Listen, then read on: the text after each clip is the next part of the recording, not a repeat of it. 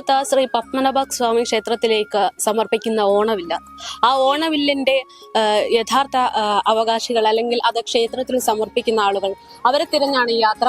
കൂടുതൽ വിവരങ്ങൾ അവരിൽ നിന്ന് നമുക്ക് അറിയാം. നമ്മൾ കേരളത്തിലെ ഏറ്റവും പ്രത്യേകത ഉള്ള ഒരു കാര്യമാണ് ഒരു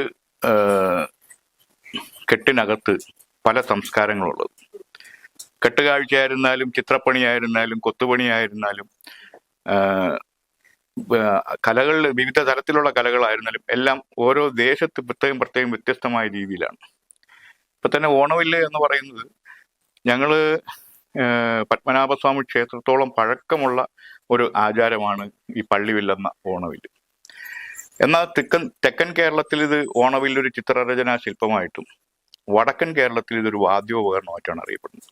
അപ്പൊ ഒരേ രീതിയിലുള്ള പേരിൽ അറിയപ്പെടുന്നത് രണ്ട് കലകൾ ഉണ്ട്, ചിത്രകലയും വാദ്യകലയായിട്ടാണ്. അപ്പോൾ കൊട്ടിപ്പാടുന്ന ഒരു വാദ്യോപകരണമാണ് ഓണവില്ല്. പക്ഷെ ഇതിന് തിരുവിതാംകൂറിൽ അറിയപ്പെടുന്നത് പള്ളിവില്ലെന്നുള്ള പേരിലാണ്. ഭഗവാൻ പള്ളി കൊണ്ട് കിടക്കുന്നു. പള്ളി എന്ന് പറയുന്നത് ബഹുമാന സൂചകമായിട്ടുള്ളൊരു വാക്കാണ്. ഇപ്പൊ പള്ളിപ്പലക, പള്ളി ഉണർത്തൽ എന്നൊക്കെ പറയും പോലെ ആ പള്ളിവില്ല് എന്നുള്ള പേരിലാണ് ഇത് അറിയപ്പെടുന്നത്. ഇതിനൊരു ഐതിഹ്യമായിട്ട് പറയുന്നത്, നമ്മൾ ഓണം ആഘോഷിക്കുന്നത് മഹാവിഷ്ണുവിന്റെ വാമനാവതാര ദിനത്തിലാണ്. വാമനാവതാരം എടുത്ത ആ കാലഘട്ടത്തിലാണ് നമ്മൾ ഓണം ആഘോഷിക്കുന്നത്. കേരളത്തിലെ ചക്രവർത്തിയായിരുന്ന മഹാബലി ചക്രവർത്തിയെ സുതലം എന്ന് പറയുന്ന സ്വർഗത്തിലേക്ക്, പാതാളം എന്ന് പറയും, സ്വർഗത്തിലേക്ക് പറഞ്ഞയക്കും മുമ്പ് മഹാബലിക്ക് മഹാവിഷ്ണുവിനോട് ഒരാഗ്രഹം പറയും. മഹാവിഷ്ണുവിനോട് അഞ്ചാമത്തെ അവതാരമാണ് വാമനാവതാരം. അപ്പൊ വാമനാവതാരം എടുത്ത് അങ്ങ് ആരാണെന്ന് ചോദിക്കുമ്പോൾ വിശ്വരൂപം മഹാവിഷ്ണു കാണിച്ചു കൊടുക്കുന്നു. എന്നാൽ മഹാവിഷ്ണു വീണ്ടും അവതാരങ്ങൾ എടുക്കുമെന്നും ഈ അവതാര കഥകൾ കൂടി കാണാനുള്ള ആഗ്രഹം, അർത്ഥത്തിൽ ഒരു പ്രാവശ്യം മാത്രമേ കേരളത്തിലെ പ്രജകളെ കണ്ടുപോകാനുള്ള അനുവാദമുള്ളൂ. അപ്പോ കേരളത്തിൽ വരുമ്പോൾ ഈ അവതാര കഥകൾ കൂടി കാണാനുള്ള ആഗ്രഹം പ്രകടിപ്പിച്ചു. അപ്പോ അതിനുള്ള ഏക പോംവഴി ചിത്രങ്ങൾ ആണ്. നമ്മളിപ്പോൾ ഫോട്ടോ ആയിട്ട് ഉപയോഗിക്കുന്ന പോലെ ചിത്രങ്ങളാണ്. ഇപ്പൊ പ്രപഞ്ച ശില്പിയായ വിശ്വകർമ്മദേവനെ മഹാവിഷ്ണു പ്രത്യക്ഷപ്പെടുത്തിയിട്ട് മഹാബലിയുടെ ആഗ്രഹം അറിയിക്കും. വിശ്വകർമ്മദേവൻ ആദ്യ രചന നടത്തിയെന്നാ പറയുന്നത്.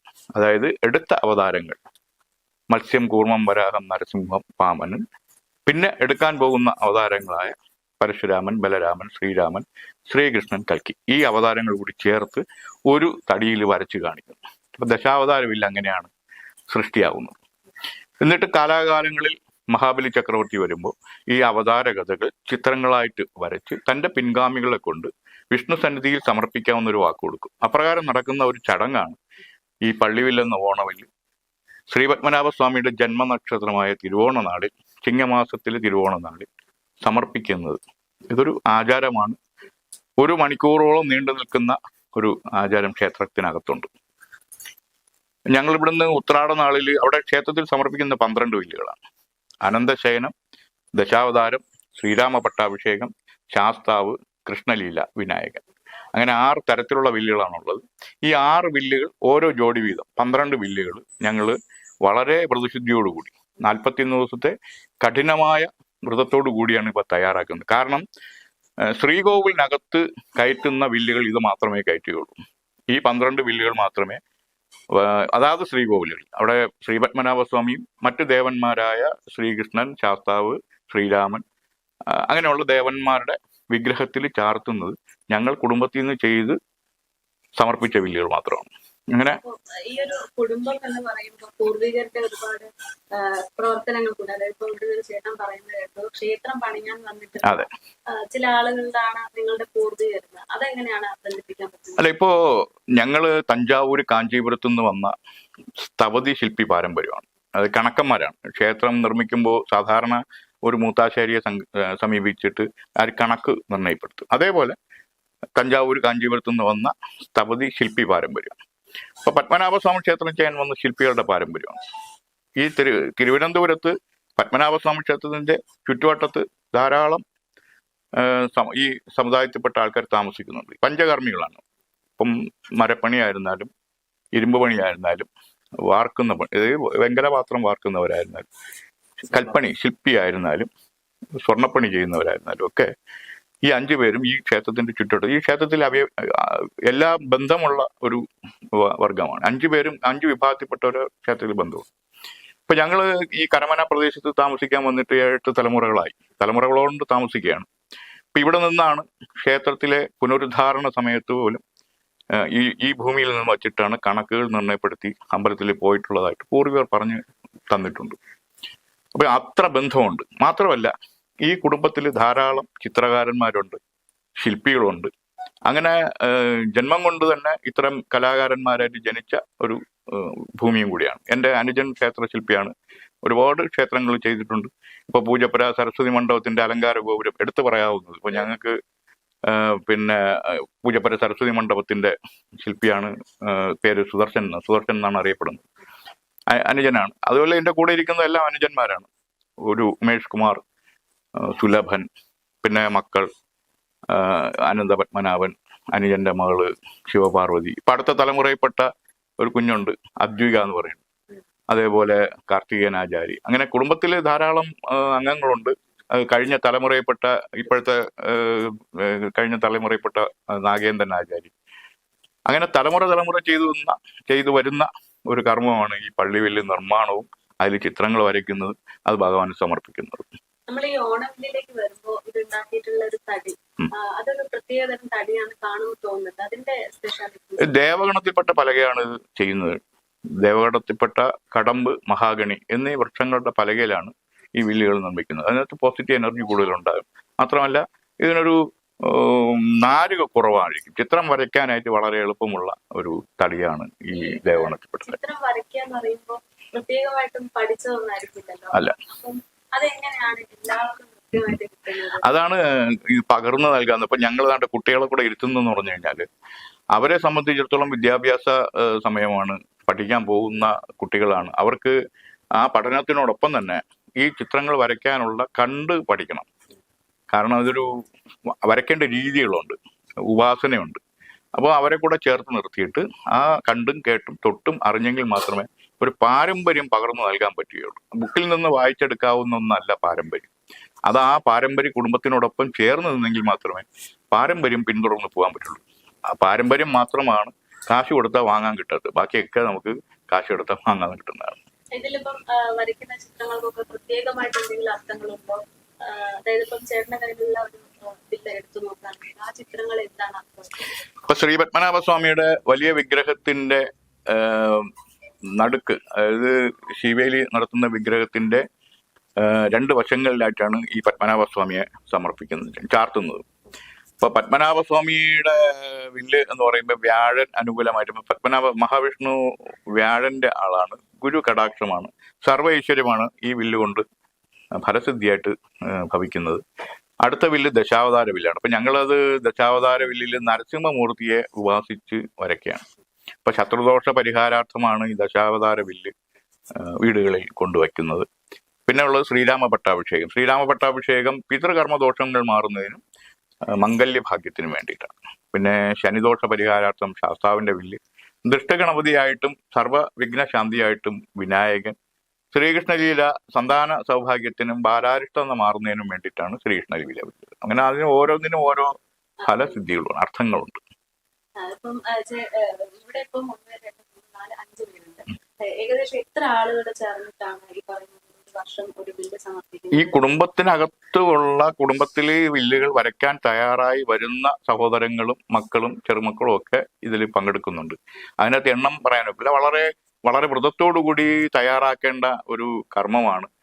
ഇപ്പോ അവര് സ്വമനസാല വന്ന് ഈ ചിത്രരചന, കാരണം കുടുംബത്തിന്റെ ഒരു അവകാശമാണ് ഇത്, പരമ്പരാഗതമായിട്ട് പാരമ്പര്യമായിട്ട് പകർന്ന് തലമുറയായിട്ട് കൊണ്ടുപോകേണ്ട ഒന്നാണ്. അപ്പൊ അവർക്ക് ഇഷ്ടത്തോടു കൂടി താല്പര്യത്തോടു കൂടി വന്ന് ഇതിൽ പങ്കെടുത്താൽ അവരെ കൂടി ഇതിനകത്ത് ചേർത്ത് നിർത്തി പങ്കെടുക്കും. അപ്പൊ അത് ഇപ്പൊ തന്നെ ഏകദേശം 7ഓളം ആൾക്കാരുണ്ട്.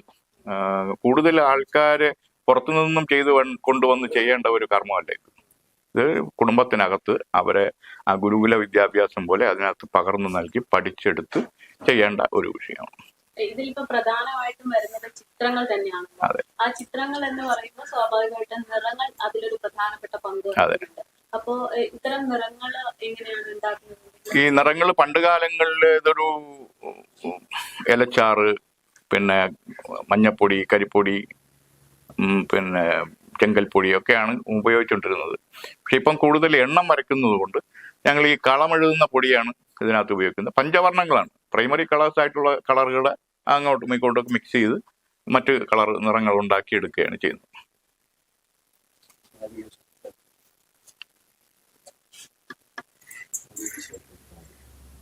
ചോദിക്കണം. ചെറുപ്പം മുതലേ കേട്ടിട്ടുള്ള കാര്യമാണ് പത്മനാഭസ്വാമി ക്ഷേത്രം എന്ന് ഇപ്പൊ നിങ്ങളൊക്കെ പറയുമ്പോൾ നമുക്ക് മനസ്സിലാവുന്നത്.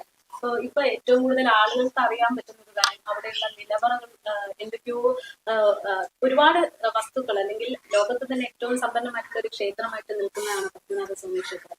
അപ്പോ കുട്ടിക്കാലം മുതൽ ആ ക്ഷേത്രത്തിനെ കുറിച്ചും ആ നിലവറയെ കുറിച്ചും കേട്ടിട്ടുള്ള കാര്യങ്ങൾ ഉണ്ടാവുമല്ലോ? തീർച്ചയായിട്ടും കേട്ടിട്ടുണ്ട്. കാരണം അത് കുടുംബത്തിൽ തന്നെ എൻ്റെ അമ്മൂമ്മയൊക്കെ പറഞ്ഞു കേട്ടിട്ടുണ്ട്. അവിടെ ഇങ്ങനെ ഭഗവാന്റെ സമ്പത്ത് സൂക്ഷിക്കുന്ന സ്ഥലങ്ങളുണ്ട് എന്നും, അത് ഏതെങ്കിലും ഒരു കാലഘട്ടത്തിൽ തിരുവനന്തപുരത്ത് അല്ലെങ്കിൽ തിരുവിതാംകൂറിലെ പ്രജകൾക്ക് കഷ്ടകാലം വരുമ്പോൾ ആ സമ്പത്ത് അവിടെ നിന്ന് എടുക്കണമെന്നും ഒക്കെ പറഞ്ഞു കേട്ടിട്ടുണ്ട്. അത് മാത്രമല്ല, നമ്മുടെ അവിടെയുള്ള ഈ പണികളൊക്കെ ചെയ്തിട്ടുള്ളത്, അതിനകത്തുള്ള കഥകളും ഒക്കെ ചെയ്തിട്ടുള്ളത് ഞങ്ങളുടെ പൂർവികരാണ്. അത് വളരെ നിഗൂഢമായ രഹസ്യ സ്വഭാവമുള്ള പൂട്ടുകളാണ് അതിനകത്ത് നിർമ്മിച്ചിട്ടുള്ളത്. അതൊക്കെ ഞങ്ങൾക്ക് അറിയാം, ഞങ്ങൾ പൂർവികർ പറഞ്ഞു തന്നിട്ടുണ്ട്. മാത്രമല്ല, തിരുവിതാംകൂർ രാജകുടുംബാംഗമായിരുന്ന അന്തരിച്ചുപോയ ബഹുമാനപ്പെട്ട ഹിസ് ഹൈനസ് ഉത്രാടം തിരുനാൾ മാർത്താണ്ഡവർമ്മ തമ്പുരാൻ തന്നെ ഞങ്ങളോട് പല വിഷയങ്ങളിൽ ഇതിനെക്കുറിച്ച് സംസാരിച്ചതിന്റെ കൂട്ടത്തിൽ ഈ നിലവറയെ കുറിച്ചൊക്കെ സംസാരിച്ചിട്ടുണ്ട്. അത് വളരെ വർഷങ്ങൾക്ക് മുമ്പ് തന്നെ ഞങ്ങൾ ഏകദേശം 1 മണിക്കൂറോളം നിന്ന് അദ്ദേഹവുമായിട്ട് സംസാരിക്കാറുണ്ട്. ഓണസമയമാകുമ്പോൾ ഞങ്ങൾ അദ്ദേഹത്തിന് പോയി കാണാറുണ്ട്. അപ്പോൾ ഈ നിലവറയെ കുറിച്ചൊക്കെ സംസാരിച്ച് പറഞ്ഞ് ഞങ്ങളെ പഠിപ്പിച്ചു തന്നിട്ടുണ്ട്. ഇങ്ങനെയൊക്കെ ഉണ്ട്, ഓരോരോ സ്ഥലങ്ങളിൽ ഈ സമ്പത്തുകൾ, ഭഗവാന്റെ സമ്പത്തുകൾ സൂക്ഷിക്കുന്നുണ്ടെന്ന് പറഞ്ഞിട്ടുണ്ട്. പക്ഷെ ഇത് വെളിപ്പെട്ടപ്പോൾ ഞങ്ങൾക്ക് അതിശയം തോന്നിയില്ല. കാരണം ഇത് മുൻപ് കേട്ടിട്ടുള്ള ഒരു വാർത്തയാണ്. പക്ഷെ അത് അങ്ങനെ തന്നെ ഇരിക്കുക എന്നുള്ളതാണ് നമ്മുടെ ഒരു ആഗ്രഹവും. അത് തുറന്നു കഴിഞ്ഞാൽ എന്തെങ്കിലും ബുദ്ധിമുട്ടുകളൊക്കെ വരും എന്ന് വിശ്വസിക്കുന്ന ഒരു കൂട്ടം ആളുകളുണ്ട്. നമ്മളിങ്ങനെ ഇതുമായിട്ട് ബന്ധപ്പെട്ട് സംസാരിച്ചപ്പോൾ പലരും വിശ്വാസപരമായിട്ട് പറയുന്നത് അത് ക്ഷേത്രം നിലവറ തുറന്നു കഴിഞ്ഞാൽ ഒരു ആപത്തുണ്ടാകും എന്നൊക്കെ പറയുന്നു. അപ്പൊ അങ്ങനെ എന്തെങ്കിലും ഐതിഹ്യങ്ങളോ? ഞങ്ങളും അത് തന്നെയാണ് കേട്ടിട്ടുള്ളത്. കാര്യം ആ മുത്തശ്ശി കഥ പോലെ കേട്ടിട്ടുള്ളതാണ്. ഭഗവാന്റെ ആ വിഗ്രഹത്തിന് ഞങ്ങൾ ഒറ്റക്കൽ മണ്ഡപത്തിൽ കയറുമ്പം അവിടെ കടലിൽ ഇരമ്പുന്ന ശബ്ദം കേൾക്കാമെന്ന് പറയുന്നതൊക്കെ. ഇതിനെക്കുറിച്ച് കൗതുകത്തോടെ ഞാൻ പലരോടും സംസാരിച്ചിട്ടുണ്ട്. മുതിർന്ന കുടുംബത്തിൽ തന്നെ മുതിർന്നവരോട് സംസാരിച്ചിട്ടുണ്ട്. അപ്പോൾ അതിനൊരു കടലുമായിട്ട് ബന്ധപ്പെട്ടിട്ട് എന്തെങ്കിലും എയർ ഫോളോ എല്ലാം ഇട്ടിരിക്കാം, സ്വാഭാവികമാണ്. കേരള ശംഖുമുഖം കടപ്പുറമായിട്ട് വളരെ അടുത്താണ് നമ്മുടെ ഭഗവാൻ ശയിക്കുന്നത് തന്നെ. മാത്രമല്ല, ഈ നിലവറയെക്കുറിച്ച് അങ്ങനെ ഒരു പ്രത്യേകമായ ഒരു കാര്യങ്ങളൊന്നും കൂടുതൽ ഞങ്ങൾക്ക് അങ്ങനെ പറഞ്ഞൊന്നും തന്നിട്ടില്ല. കാര്യം അത് അവിടെ രഹസ്യമായിട്ടിരിക്കട്ടെ, സമ്പത്ത് അവിടെ തന്നെ ഇരിക്കട്ടെ. ഭഗവാന്റെ സമ്പത്ത് ഭഗവാന് തന്നെയാണ്. അതുപോലെ തന്നെ ചിലരുടെ പ്രധാനപ്പെട്ട വിശ്വാസം എന്ന് പറയുന്നത് ഏറ്റവും കൂടുതൽ സമ്പത്തുള്ള ക്ഷേത്രങ്ങളിൽ വന്ന് പ്രാർത്ഥിച്ചു കഴിഞ്ഞാൽ സ്വാഭാവികമായിട്ടും നമുക്കും ഒരു സമ്പത്ത് ഉണ്ടാകുമെന്ന് വിശ്വസിക്കുന്ന ഒരുപാട് ആളുകളുണ്ട്. അപ്പൊ അത്തരം വിശ്വാസങ്ങൾ എങ്ങനെയാണ്? അല്ല, അതൊരു വിശ്വാസമാണല്ലോ. അന്ധമായി വിശ്വസിക്കുക, ഒരു കാര്യത്തിലും അന്ധമായി വിശ്വസിക്കാതെ ഒരു വിശ്വാസം കൊണ്ടുപോവുക. ആ വിശ്വാസം ഉണ്ടെങ്കിൽ മാത്രമേ നമുക്ക് നല്ല രീതിയിൽ ജീവിച്ചു പോകാനും പറ്റുള്ളൂ. ഏതൊരു കാര്യവും ഒരു വിശ്വാസം വേണം. അന്ധമായി വിശ്വസിച്ചു കഴിഞ്ഞാൽ അതൊരു തെറ്റിലോട്ട് പോകും. പക്ഷെ വിശ്വാസത്തോട് അവിടെ ഒരു വിഗ്രഹം ഇരിക്കുകയാണെന്നൊരു വിശ്വാസം, അല്ലെങ്കിൽ ഭഗവാൻ ഉണ്ട് എന്നുള്ളൊരു വിശ്വാസത്തോട് നമ്മൾ പെരുമാറുമ്പോൾ നമുക്ക് തെറ്റുകൾ ചെയ്യാനായിട്ട് ബുദ്ധിമുട്ടായിരിക്കും. അതൊരു വിശ്വാസമാണ്. ആ വിശ്വാസം അങ്ങനെയാണ്. ഭഗവാൻ സമ്പത്തുള്ള ഭഗവാനായിട്ട് അവിടെ ഉണ്ടെങ്കിൽ ഈ തിരുവിതാംകൂറിലുള്ള ഈ മാലോകർക്ക് എല്ലാവരും സമ്പത്ത് ഉണ്ടാകുമെന്നുള്ളൊരു വിശ്വാസമുണ്ട്. അങ്ങനെ തന്നെ ഞങ്ങൾക്ക്. അതുപോലെ തന്നെ ക്ഷേത്രത്തിലേക്ക് വരുമ്പോൾ എനിക്ക് ഏറ്റവും കൗതുകമായിട്ട് തോന്നിയത് ഓരോ സമയത്തും ആ സൂര്യൻ ആ ഹോളിലൂടെ ഇങ്ങനെ മണിക്കൂറിൽ ഇങ്ങനെ ഇടവിട്ട് വരുമല്ലോ. അത് പ്രധാനമായിട്ടും എന്റെ ഒരു കാഴ്ചപ്പാടിൽ അത് ആ ക്ഷേത്രത്തിന്റെ നിർമ്മിതി കൊണ്ടാണ് അങ്ങനെ കാണുന്നത്. തീർച്ചയായിട്ടും. അപ്പൊ ആ ഒരു നിർമ്മിതിനെ കുറിച്ച് ശരിക്കും പറയുകയാണെങ്കിൽ നിങ്ങൾക്ക് ഒരു അഭിമാനമായിരിക്കും. തീർച്ചയായിട്ടും. അതായത് അന്നത്തെ ശില്പികൾ ആർക്കിടെക്റ്റുകളാണ്, അതായത് എഞ്ചിനീയർമാരാണ്. അവര് ഓരോ തൂണിലും തുരുമ്പിലും കണക്കുകൾ കണ്ടെത്തുന്നവരാണ്. അതിനകത്ത് ഇത്ര വിടവിലൂടെ ഓരോ മാസങ്ങൾ കടന്നു പോകുമ്പം മേടമാസത്ത് വരുന്ന ഓരോ ദിവസങ്ങളിലും ഓരോ മാസവും ഓരോ സൂര്യൻ ഇങ്ങനെ സഞ്ചരിച്ചു വരുന്നു എന്നും അത് ദീർഘദൃഷ്ടിയോടുകൂടി കാണുന്നതാണ്. അങ്ങനെ കണ്ടിട്ടാണ് ചെയ്യുന്നത്. ഇപ്പൊ നമ്മൾ ഒരു ഉദാഹരണം, നമ്മൾ ഈ ചുണ്ടൻ വെള്ളം ഉണ്ടാക്കുന്നുണ്ട്. 100-150-200 ആൾക്കാരുടെ ജീവനും കൊണ്ട് പോകുന്ന ഒരു വെള്ളമാണ്. പക്ഷെ അത് ഒരു സൂചി മുന പോലെ ഉള്ള ഒരു മുനയിലാണ് വെള്ളത്തിൽ കൂടി സഞ്ചരിക്കുന്നത്. ആലോചിച്ച് നോക്കൂ, അപ്പുറത്തും ഇപ്പുറത്തും മറിഞ്ഞു വീഴാൻ സാധ്യതയുണ്ട്. പക്ഷെ അന്നത്തെ കണക്കാണ്, അതൊരു കണക്കാണ്. ആ കണക്കറിയാവുന്ന വിശ്വകർമ്മജരായിട്ടുള്ള മൂത്താശാരിമാർ ഇപ്പോഴും ഉണ്ട്, അപ്പോഴും ഉണ്ടായിരുന്നു. ഈ ലോക സൃഷ്ടിയിൽ തന്നെ പലതരം കണക്കുകൾ അവരുടെ സൃഷ്ടിയിലൂടെ ഉയർന്നു വച്ചിട്ടുണ്ട്. അതൊരു അത്ഭുതം തന്നെയാണ് ശ്രീ പത്മനാഭസ്വാമി ക്ഷേത്രം. ഞങ്ങൾ പത്മനാഭസ്വാമി ക്ഷേത്രത്തിൽ ഓണവില്ല് സമർപ്പിക്കുന്നത് പോലെ തന്നെ തിരുവട്ടാർ ആദികേശവ പെരുമാളിന്റെ അവിടെയും വലിയ സമർപ്പണമുണ്ട്. കാരണം പത്മനാഭസ്വാമിയുടെ ജ്യേഷ്ഠ സഹോദരൻ എന്നുള്ള പേരിലാണ് ആദികേശവ പെരുമാളിനെ അറിയപ്പെടുന്നത്. പക്ഷേ ഈ പത്മനാഭസ്വാമി ക്ഷേത്രം വരുന്നതിന് മുമ്പേ ഉള്ള ക്ഷേത്രമാണ്. തിരുവിതാംകൂറിന്റെ തലസ്ഥാനമായിട്ടാണ് അവിടെ അറിയപ്പെടുന്നത്. അവിടെ ഈ വില്ല് സമർപ്പണമുണ്ട്. അതൊരു ഞങ്ങളുടെ കുടുംബത്തിൽപ്പെട്ട തന്നെ, ഞങ്ങളുടെ കൊല്ലത്തിൽപ്പെട്ട ഒരു കുടുംബമാണ് അവിടെ സമർപ്പിക്കുന്നത്. അത് വൈകുന്നേരമാണ്. ഇവിടെ രാവിലെയാണ്.